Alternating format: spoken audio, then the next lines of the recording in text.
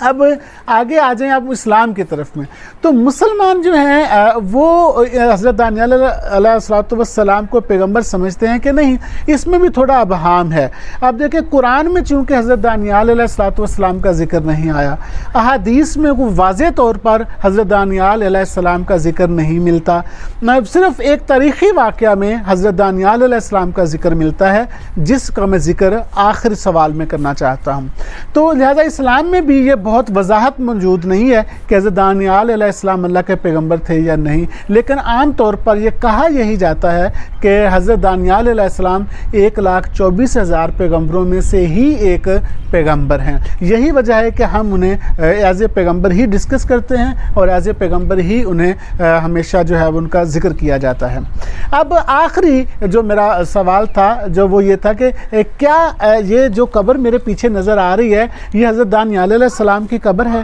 یا نہیں ہے؟ تو میں جیسے میں نے عرض کیا تھا کہ اسلامک ہسٹری میں حضرت دانیال علیہ السلام کا ذکر کہاں ملتا ہے، میں نے عرض کیا تھا میں آگے جا کر بتاتا ہوں۔ تو بیسیکلی حضرت عمر رضی اللہ عنہ کے دور خلافت میں جب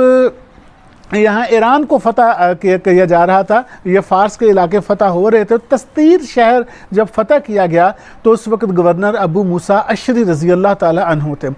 تو جب تستیر شہر فتح ہوا تو انہوں نے امیر المومنین کو خط لکھا حضرت عمر کو کہ یہاں پر ایک تابوت ہمیں ملا ہے اور ایک مٹکا ملا ہے جو چربی سے بھرا ہوا ہے، اور درہم ملے ہیں جو 10,000 ہے، ان کی اماؤنٹ ہے 10,000 درہم ہے، اور ایک انگوٹھی ملی ہے ہمیں، تو ہمیں بتائیں کہ ہمیں کیا کیا جائے۔ حضرت عمر یعنی امیر المومنین نے واپس پیغام بھیجا کہ جو درہم ہے وہ لوگوں میں تقسیم کر دیے جائیں، جو چربی ہے اس میں سے کچھ چربی دارالخلافہ یعنی مدینہ بھیج دی جائے اور باقی لوگوں میں تقسیم کر دی جائے، اور یہ کہا جائے کہ اس سے صحت یاب ہو جائیں، اور جو ان کی میت ہے اس کی تدفین کر دی جائے۔ اور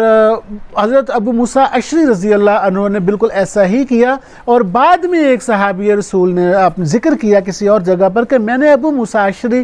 رضی اللہ عنہ کے ہاتھوں میں ایک انگوٹھی دیکھی تھی جس کے اوپر 2 شیر بنے ہوئے تھے، اور غالباً وہ انگوٹھی جو ہے وہ حضرت دانیال علیہ السلام ہی کی تھی۔ اب اس واقعے میں جو اسلامک ہسٹری میں ہمیں ملتا ہے، اس واقعے کی روح سے دیکھا جائے تو حضرت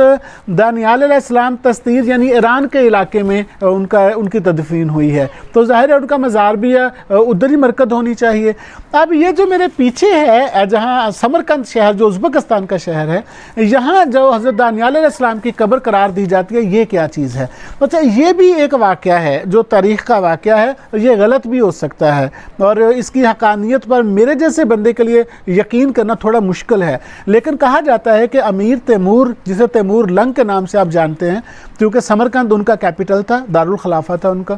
تو وہ جب تستیر کی طرف گئے تو انہوں نے وہاں حضرت دانیال علیہ السلام کے ایک بازو وہاں سے لیا اور ان کی قبر مبارک سے، اور وہ یہاں لا کر اس کی تدفین کی، کیونکہ امیر تیمور کا خیال یہ تھا کہ ازبکستان میں چونکہ کوئی نبی نہیں آیا تو لہٰذا یہ حضرت دانیال کی قبر جو ہے یہ میں یہاں سمرقند میں بناتا ہوں۔ تو یہاں پر کہا جاتا ہے کہ ان کا ایک بازو صرف دفن ہے اور باقی جو ہے وہ ان کی تدفین تستیر شہر میں ہوئی ہے۔ تو اب میں سوری ٹو سے میں اس واقعے پہ یقین نہیں کر سکتا، لیکن اگرچہ تاریخ میں موجود ہے اس لیے میں نے ڈسکس کر دیا ہے آپ کے ساتھ۔ کیونکہ میں یقین کیوں نہیں کر سکتا؟ اس لیے نہیں کر سکتا کہ یہ صرف سمرقند اور تستیر کا مسئلہ نہیں ہے۔ اگر آپ تاریخ میں دیکھیں حضرت دانیال علیہ السلام کی قبر یا مزار کدھر ہے تو وہ اور 6 شہروں میں بتایا جاتا ہے، کوئی بابل شہر میں کہتا ہے، کوئی تستیر میں کہتا ہے، کوئی فارس میں کہتا ہے، کوئی ایران میں کہہ رہا ہے، ابھی یہ سمرقند میں بھی ہم بیٹھے ہوئے ہیں۔ تو یہ تقریباً 5-6 کنٹریز جو ہیں، یہ 5-6 ایریاز جو ہیں وہ یہ کلیم کرتے ہیں کہ دانیال علیہ السلام یہاں پر ان کا مزار ہے یا تدفین ہے، جبکہ اسلامک ہسٹری کی میں نے آپ کو بات بتائی ہے جس سے ابھی تک کسی نے ڈینائی نہیں کیا، اور وہ یہی ہے کہ وہ تستیر شہر جو فارس کا تھا، ایران کا، وہاں پر ان کی تدفین ہوئی ہے۔ تو میں اکثر یہ بات کہا کرتا ہوں، ہمیں سنی سنائی باتوں کو آگے بڑھانے کی بجائے ہمیں تحقیق کرنا چاہیے، ہمیں خود معلوم کرنا چاہیے کہ کیا واقعی جیسا بیان کیا جا رہا ہے اس میں کچھ سچائی یا حقیقت ہے بھی کہ نہیں۔ اب میں 2012 سے یہاں سمرقند میں یعنی ازبکستان میں آ رہا ہوں، لیکن ہمیں یہی بتایا گیا کہ حضرت دانیال علیہ السلام کی یہ قبر ہے۔ ابھی یہ میرے ساتھ ہی اگر آپ دیکھ سکیں جو آپ کو یہ چھوٹی سی چبوترا نظر آ رہا ہے، بیسیکلی یہ یہاں سے پانی چشمے کا نکل رہا ہے، اور لوگ یہاں سے پانی کو لے کر جاتے ہیں بطور شفا، کہ حضرت دانیال علیہ السلام کی وجہ سے یہ جو چشمہ ہے اس کے پانی میں شفا ہے۔ اب یہاں سے لوگ پانی لے کر جاتے ہیں۔ اوپر جب آپ قبر کے پاس جاتے ہیں تو وہاں مولوی صاحب بیٹھے ہوتے ہیں جو وہاں پہ دعا کروا رہے ہوتے ہیں، اور قبر پر کھڑے ہو کر بھی دعا کی جاتی ہے۔ تو یہ کہا جاتا ہے کہ یہاں پر جو دعا مانگی جاتی ہے وہ قبول ہو جاتی ہے، اور یہاں پہ جو ٹورسٹ آتے ہیں، یہودی بھی آتے ہیں، عیسائی بھی آتے ہیں، مسلمان بھی آتے ہیں۔ تو لیکن جیسے میں نے عرض کیا کہ حضرت دانیال علیہ السلام یہاں پر دفن نہیں ہیں، یہ ان کا ایک